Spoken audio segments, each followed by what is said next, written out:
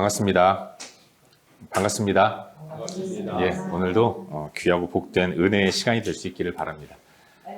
우리 함께 인사하도록 하죠. 앞뒤적으로 인사할 때 타이밍이 딱 맞아야 되는데 이렇게 인사하도록 합시다. 우리 옆에 앞뒤적으로 인사합시다. 우리는 형제입니다. 우리는 자매입니다. 형제입니다. 우리는 자매입니다. 우리는 형제이고 우리는 자매예요. 여러분, 부모님의 피를 물려받은 사람이 형제잖아요. 제가 저희 누나보다 많이 피를 받았나 봐요. 저희 누나는 조그만데 저는 많이 큽니다. 그러나 부모의 피를 같이 받은 사람을 가리켜 형제라고 얘기하는 거 아니겠습니까? 우리는 지금 성찬 예식도 참여했지만 예수 그리스도의 같은 피를 함께 물려받은 우리는 형제이고 우리는 자매예요.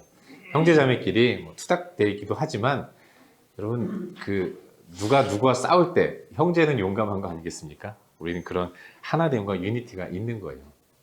그걸 확인하는 시간이 이 시간이라는 생각이 듭니다. 우리를 하나님 안에서 또 구원해 주셨고 예수 그리스도의 보혈로 구원해 주신 은혜를 기억하면서 함께 한 형제 자매로서 말씀의 은혜를 풍성하게 나누는 오늘 이 시간이 될 수 있기를 바랍니다.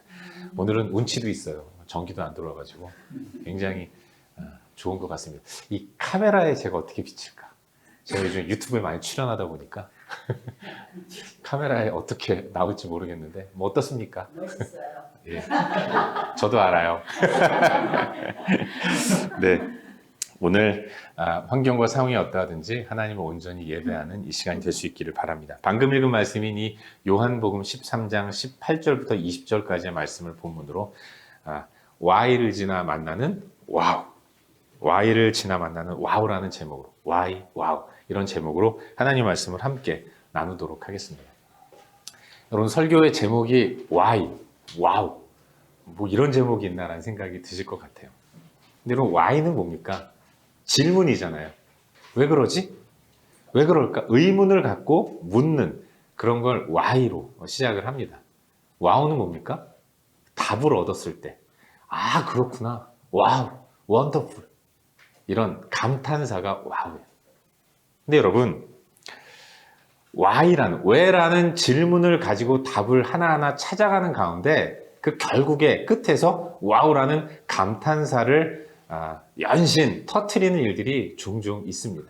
특별히 복음이라는 것에 대해서 묵상할 때 이와 같은 일들이 많이 벌어져요. 예수 그리스도의 복음을 깊이 묵상할 때 우리 가운데는 처음에는 왜 이럴까? 여러 가지 의문과 질문들이 생겨나는 거죠. 그 가운데서 왜 이럴까 궁금한 가운데 한 걸음 한 걸음 묵상이라는 걸음들을 걸어 나가다 보면 그 끝에서 성령께서 주시는 깨달음을 가지고 와우, 정말로 감사합니다, 이런 감탄사가 우리 가운데 터져나오게 되는 것을 종종 발견하게 되는 거예요. 여러분, 복음이란 무엇입니까? 예수 그리스도가 복음이에요. 예수께서 나의 죄를 대신해서 죽으시기 위해 이 땅에 오셨고 실제로 죽으셨다가 다시 살아나시고 그리고 하늘로 올라가셨다는, 이게 복음의 내용인 것이죠. 성경은 이 짧은 복음을 설명하기 위해서 예수님 오시기 전에 수많은 선지자가 복음의 의미를 기대하게 만들었고 예수님 오신 이후에 여러 사도들이, 성경 기자들이 이 복음을 설명하는 그런 일에 온 마음과 뜻과 여러 시간과 전 인생을 걸었다는 것을 알 수 있는 거예요. 그래서 성경은 복음에 대한 기록이라고 말할 수 있고 성경을 통해서 우리는 복음을 발견할 수 있게 되는 것입니다. 근데 여러분, 저만 그런지 모르겠는데 저는 복음을 묵상할 때에 질문이 여러 가지가 생각이 났습니다. 왜 그러셨을까? 왜 그래야만 했을까? 이런 여러 가지 질문들이 하나씩 생각이 났던 거죠. 첫 번째는 이런 겁니다. 성경을 읽는 가운데 예수님이 이 땅에 오시지 않았습니까? 높고 높은 하늘 보좌를 버리시고 이 땅에, 이 낮고 낮은 땅으로 내려오셨어요. 근데 예수님이 1세기에 오셨다는 것입니다. 긴 세월 다 놔두고 딱 1세기, 로마가 이스라엘을 식민지로 삼고 통치하던 그 시대에 예수님이 이 땅에 오셨다는 거예요. 구약의 많은 선지자들이 예수께서 오실 것이다 계속 말씀을 했고 그럼에도 불구하고 계속 안 오셨던 거죠. 변죽만 울리는 것처럼 말씀을 하셨는데 이 일이 현실화되지 않는 이런 일들이 계속 있었는데, 그러다가 딱 1세기에 이 땅에 예수님이 오셨다고 성경은 기록하고 있어요. 갈라디아서를 기록한 사도 바울은 그거 가리켜서 때가 참해라고 얘기하는데, 왜 1세기가 하나님이 당신의 아들 메시아를 이 땅에 보내시는 그 때인가? 이런 질문을 한번 해볼 수 있는 거죠. 또 이런 질문도 듭니다. 예수님은 죄인인 내가 감당해야 할 죄의 대가를 대신 감당하기 위해서 못 박혀, 십자가 못 박혀 돌아가신 거죠. 예수님은 나 대신 죽기 위해 이 땅에 오신 분이에요.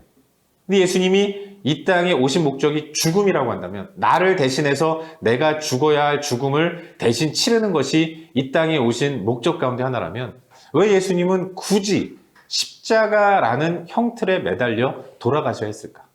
여러분, 그렇지 않습니까? 사람이 죽는 방법, 특별히 사형의 방법들은 여러 가지가 있잖아요. 우리가 잘 아는 거, 교수형이 있습니다. 그런가 하면 종신형도 있어요. 참형도 있습니다. 참형은 목 빼는 거거든요. 그런가 하면 사약을 내려서 저쪽에 임금님 계신 곳에 이렇게 절을 하고 사약을 먹고 으악 하고 쓰러지는 사극 많이 보시지 않습니까? 그런 방법, 여러 다양한 사형의 방법들이 있어요. 죽는 것만 따지면 암살을 당할 수도 있는 거 아니겠습니까? 그런데 왜 예수님은 굳이 십자가라는 형틀에 매달려 돌아가셨을까? 어떻습니까, 여러분? 궁금하지 않으세요? 궁금하면 500원은 아니고 기회가 있을 때 이 의미들을 다시 한번 설명해 드리도록 하겠습니다. 아무튼 복음을 묵상할 때마다 이런 의문이 생겨나는 것이고, 그 의문을 가지고 성경을 찬찬히 읽고 성경을 공부해 나가는 가운데 의문이 풀릴 때, 아, 그래서 그랬구나. 그러면서 그렇게 역사하신 하나님의 은혜를 느끼면서 와우, 감사합니다. 찬양과 감사의 탄성을 지르게 되는 거예요. 오늘 본문도 그렇습니다. 오늘 본문을 통해서도 Why라는 질문을 하나 하게 되는 거예요. 그리고 이 질문을 통해서 우리 인간의 실존을 다시 한번 깨닫고, 그런 우리를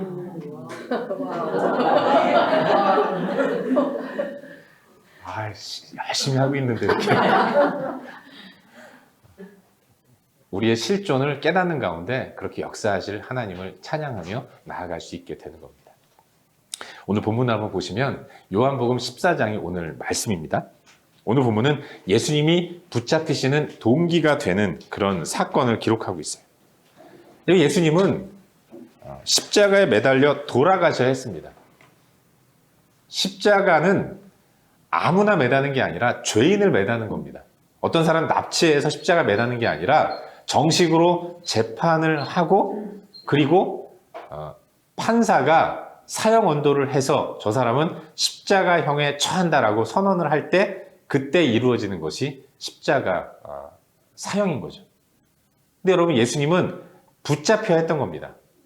아니, 여러분, 감옥에 갇혀야 갇힌 죄인에게 십자가 사형 언도를 하는 거 아니겠습니까? 예수님은 붙잡히는 운명을 가지셔야 했던 거죠. 근데 여기서 한번 생각해 볼 수 있는 게, 예수님이 붙잡히시는 방법이 다양할 수 있는 겁니다. 어쨌든 붙잡히면 되는 거 아니겠습니까? 먼저는 대제사장들과 바리새인들이 직접 자기 수하 데리고 와서 예수님을 체포하는 방법이 있을 것 같아요. 아니, 솔직히 바리새인 대제사장들이 예수님의 얼굴을 모르는 것도 아니고 그토록 정말로 입에 침을 튀어가면서 잡아먹을 듯이 맹렬한 기세로 논쟁을 벌였던 자들이 예수님과 예수님의 대항했던 바리새인과 대제사장들이었기 때문에 그들이 직접 부하들 데리고 와서 예수님을 체포할 수도 있었던 거죠. 그런가 하면 사람들의 신고로 예수님을 붙잡을 수도 있었던 겁니다. 예수님은 신고에 의해서 체포될 수도 있었던 거죠. 여러분, 예수님이 소경의 눈을 뜨게 하신 이후에 저들은 백성들로 예수님을 붙잡도록 체포령을 내렸어요. 이미 한번 예수님을 체포하라고 체포령을 내리는 때도 있었던 겁니다. 요즘 말로 하면 현상금도 걸고 현상 수배를 한 겁니다. 여러분, 예수님의 몸값이 얼마인 줄 아세요? 은 30입니다. 은 30이 뭐 그렇게 대단한, 금 30도 아니고 은 30이 뭐 큰 돈인가 생각하실지 모르겠지만 의외로 커다란 돈입니다. 여러분, 이따가 나오겠지만 가룟 유다가 예수님을 은 30에 팔잖아요. 그리고 마음에 뉘우침이 있어서 은 30을 돌려주려고 했는데 안 받는 겁니다. 그래서 그냥 성전에 던져주고 나가서 자살을 하잖아요. 대제사장들과 바리새인들이 유다가 던진 은 30을 가지고 공동묘지를 사서 묘지를 조성해요. 은 30은 공동묘지라는 넓은 땅을 만들 만큼 큰 돈이었다는 거죠. 예수님의 몸값은 대단히 높았기 때문에 사람들에게 예수님을 수배하고 붙잡는 사람에게, 체포하는 사람에게 이와 같은 돈을 주겠다 그러면 그야말로 한몫 단단히 챙기는 사람들도 나올 수 있을 만한 그런 예수님의 몸값이었던 거죠. 그런 식으로도 예수님을 붙잡을 수도 있었던 겁니다. 하지만 그 많은 방법과 숱한 기회를 다 뒤로하고 예수님이 붙잡히시는 방법은 가룟 유다에 의한 배반으로 예수님이 체포가 되게 만드셨다는 겁니다. 그리고 성경은 그 이유를 밝히고 있어요. 우리 다 같이 오늘 본문의 첫 절인 18절 말씀을 함께 읽도록 하겠습니다. 18절 함께 읽겠습니다. 시작. 너희 모두를 가리켜 말하는 것이 아니니라. 나는 내가 택한 자들이 누구인지 알미라. 그러나 내 떡을 먹는 자가 내게 발꿈치를 들었다 한 성경을 응하게 하려는 것이라. 여러분 여기 내 떡을 먹는 자가 내게 발꿈치를 들었다. 이 말은 시편 41편에 나오는 말씀입니다. 예수님 오시기 전 구약에 이미 예언되어 있던 말씀이에요. 이 말씀, 구약의 말씀을 응하게 하시려고 구약의 예언이 이루어지도록 만들기 위해서 예수님은 굳이 제자 가룟 유다에 의해서 그 배반을 통해서 붙잡히도록 하나님이 역사하셨다는 거예요. 여러분 예수님은 다양한 방법으로 체포되실 수 있었지만 그러나 가장 뼈아픈 방법, 그야말로 측근의 배신에 의해서 체포를 당하시고 십자가 형틀에 매달리시는 수모를 당하도록 하나님이 정하셨다는 거예요. 여러분이 예수님을 체포한 이 유다라는 인물은 예수님의 아주 가까운 측근이었습니다. 예수님 시대에 예수님 따르는 무리들이 굉장히 많았어요.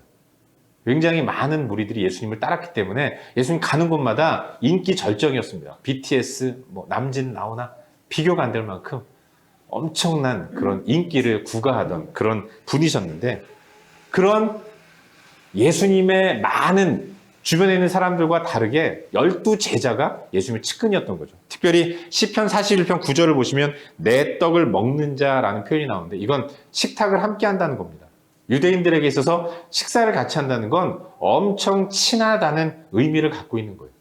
최측근을 이야기하는 겁니다.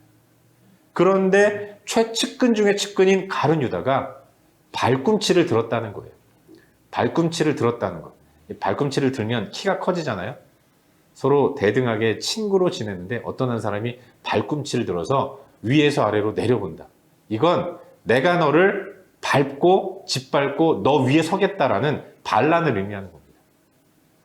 예수님은 가장 가까운 최측근의 배신, 반란, 이것에 의해서 체포가 되고 십자가 형틀로 나아가는 이런 수모를 당하게 되었다는 거죠.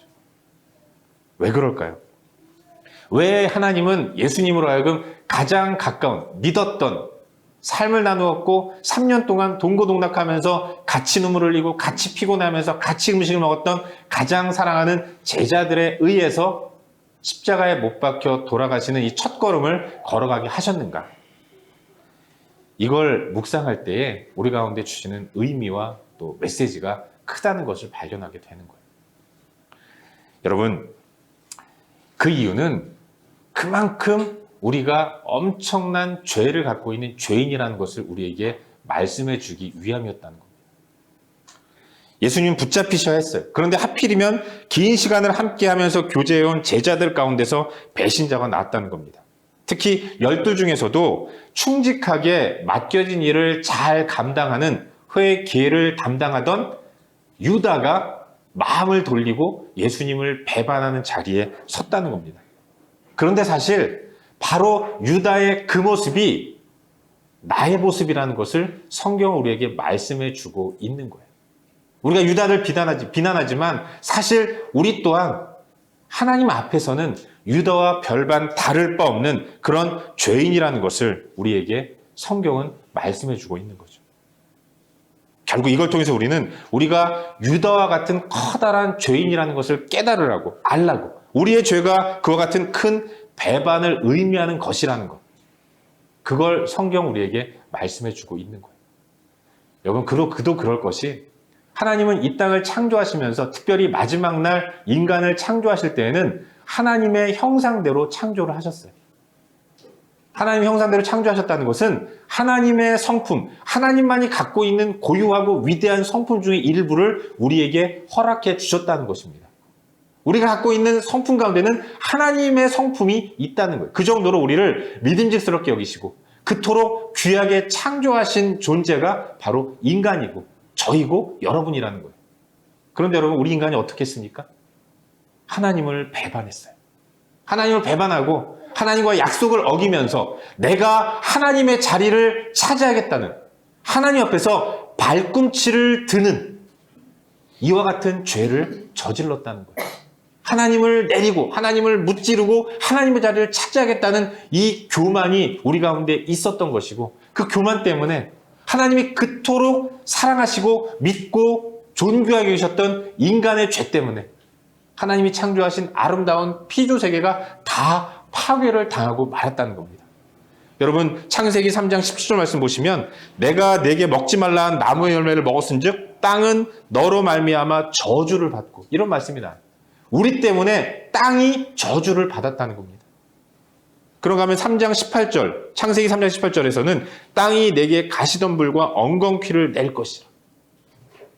인간의 죄가 그토록 하나님이 귀하게 여기셨던 우리 인간이 저지른 죄가 결국 하나님의 피조세계를 다 망가뜨렸고, 그 파괴된 피조세계 때문에 우리 또한 고통을 받고 힘겨운 하루하루를 살아가는 그런 환경으로 내몰려졌다는 것을 말씀해주고 있는 것입니다. 가장 믿음직스럽고 가장 큰 사랑을 받은 인간이 하나님을 배반함으로써 피조세계 전체를 다 망가뜨렸다는 것, 성경으로 우리에게 말씀해주고 있는 겁니다. 그게 우리 인간의 실존인 거예요. 그래서 우리에게는 아무 소망도 없는 겁니다. 잔인하리 많지 이 배신의 도사, 배반의 최고봉, 그게 바로 우리 인간의 실존이라는 것을 성경은 말씀해주고 있는 거예요. 우리가 그런 존재인 것입니다. 하지만 여러분, 이와 같은 인간의 실존을 깨닫게 되면 우리는 절망할 수밖에 없습니다. 정말 나는 아무 소망 없구나. 뭐 좀 괜찮은 존재인 줄 알았는데 내가 아무것도 아니구나. 그 가운데서 허무함을 느끼고 괴로워하게 되는 거죠. 근데 여러분, 바로 그때부터 반전이 시작됩니다. 와우라는 탄성이 터져나오는 일을 하나님이 하신 거예요. 인간은 그렇게 소망이 없는데, 그렇게 하나님을 배반해서 저주받아 마땅한 존재인데, 저주 가운데 사는 것이 지극히 당연한 것인데, 근데 하나님은 속도 없으세요. 그렇게 큰 배반을 한 인간을 그럼에도 불구하고 사랑하셨다는 것입니다. 사랑해서 자기 아들도 주셨어요. 사랑하니까 자기 목숨도 내어놓는 것입니다. 말 지지리도 안 듣는 나 같은 존재, 나 같은 연약한 존재를 그럼에도 불구하고 전능하신 하나님이신 성령님께서 말할 수 없는 탄식으로 우리를 위해 중보하시며 우리를 선한 길로 이끌어 가신다는 것입니다. 나에게 소망을 두면 아무것도, 나를 바라보면 어떠한 소망도 발견할 수 없는데, 그런데 나 같은 고집세고 늘 배반하고 그러면서도 다른 사람과 비교할 때 나는 착하다 착각하면서 사는 그런 어리석은 나임에도 불구하고, 그런데도 하나님은 당신의 형상대로 지음받은 나를 포기하지 않으시고 끝까지 붙들면서 구원의 은총을 베풀어 주셨다는 것입니다. 이 구원을 이루기 위해서 치러야 할 대가가 너무나도 컸던 겁니다. 예수께서 이와 같은 엄청난 희생을 치렀다면 우리의 죄는 그만큼 엄청난 죄를 치러야만 회복될 수 있는, 극복할 수 있는 엄청난 죄였다는 것. 그 죄역 죄인인 우리를 그럼에도 불구하고 주님은 사랑하셔서 그 희생을 마다하지 않고 치러주셔서 오늘 하나님을 예배하는 주의 백성으로 만들어 주셨다는 것입니다. 주께서 그토록 사랑하시는 예수의 측근인 유다를 통해서 배반을 당하신 것처럼 우리 또한 예수님을, 하나님을 늘 배반하는 존재인데 그런 우리를 책망하지 않으시고 그럼에도 불구하고 사랑하셔서 우리를 구원하셨고 구원받은 하나님의 백성으로서 영원한 세계를 허락하시며 아담이 누렸던 그 풍성함을 이제 허락받고 누리는 그런 풍성함의 길로 우리를 인도해 주신 것입니다. 그래서 우리는 Y라는 질문을 지나서 와우라는 감탄사를 하나님 앞에 올려드리게 되는 거예요. 사랑하는 여러분, 우리가 하나님 안에서 우리가 받은 은혜를 깊이 묵상할 수 있기를 바랍니다. 은혜의 묵상을 하기 위해서는 내가 어떤 존재인가를 깨달아야 합니다. 그리고 인정해야 돼요. 나는 어떤 존재인가? 나는 배신하는 존재예요. 배반한 존재입니다. 구원받을 수 없는 존재이고 저주 아래 있는 것이 지극히 마땅한 그런 존재라는 것입니다. 근데 하나님은 우리를 구원하셨어요. 택하실 뿐만 아니라 나를 구원하기 위해서 엄청난 희생을 치르시면서 풍성함을 허락해 주셨다는 것입니다. 나를 볼 때 절망하지만 그 절망의 끝에서 와우라는 감탄사를 터뜨리시는 하나님의 은혜, 그걸 깊이 묵상하며 이 땅을 살아가는 우리가 될 수 있기를 바랍니다. 성탄의 계절을 맞이합니다. 이제 다음 주 주일은 성탄 주일로 지키게 되는데 이 와우라는 감탄사를 우리 가운데 허락해 주시기 위해서 이 땅에 오신 예수 그리스도, 그 예수 그리스도를 보내신 하나님, 그 하나님을 믿도록 역사하시는 성령 하나님, 이 삼위일체 하나님을 이번 한 주간 깊이 묵상하시면서 마땅히 하나님께 올려드려야 할 찬양과 경배를 올려드리는 복된 삶을 사는 저와 여러분, 우리 모두가 될 수 있기를 주의 이름으로 축원합니다. 기도하겠습니다. 우리 시간 함께 말씀을 기억하면서 기도하기를 바랍니다. 하나님, 우리가 그 은혜를 기억하며 믿음으로 나아갈 수 있도록 위해서 기도하기를 바라요. 전능하신 하나님을 온전히 의지하며 믿음으로 나아갈 수 있도록 도와달라고, 그 성탄의 의미를 기억하면서 내가 받은 이 와우의 은혜가 얼마나 커다란 것인가를 깨닫고 믿음으로 고백하며 한 주간을 살아갈 수 있도록 도와달라고 우리 자신을 위해서 함께 말씀 기억하면서 기도하도록 하겠습니다. 함께 기도합시다. 존귀하신 아버지 하나님, 은혜의 하나님을 온전히 바라보며 나아가며 믿음으로 온전히 나아가는 시간, 아버지 하나님, 하나님께서 놀라운 은혜를 베푸셨음을 인하여 주님을 찬양합니다. 죄인 중에 괴수인 그런 나를 택하시고 자녀 삼아주실 뿐만 아니라 하나님의 은혜를 감당하는 사역자로 불러주시니 진심으로 감사드립니다. 이 은혜에 감사하면서 매 순간 하나님을 높이고 주님을 찬양하는 복된 삶을 살아갈 수 있도록 은혜를 베풀고 싶습니다. 주께서 기뻐가 되시는 은혜의 삶이 내 안에 이루어지게 인도하시고 그 앞에서 풍성함을 누리며 살아갈 수 있도록 인도하여 주시옵소서.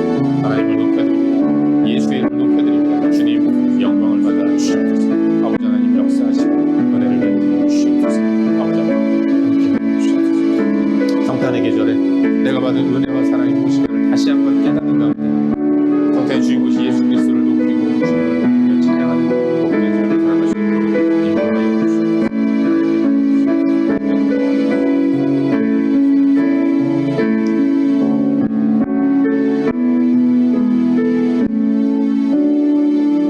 참 좋으신 아버지 하나님, 은혜의 주님을 기대하고 바라보며 나아갑니다.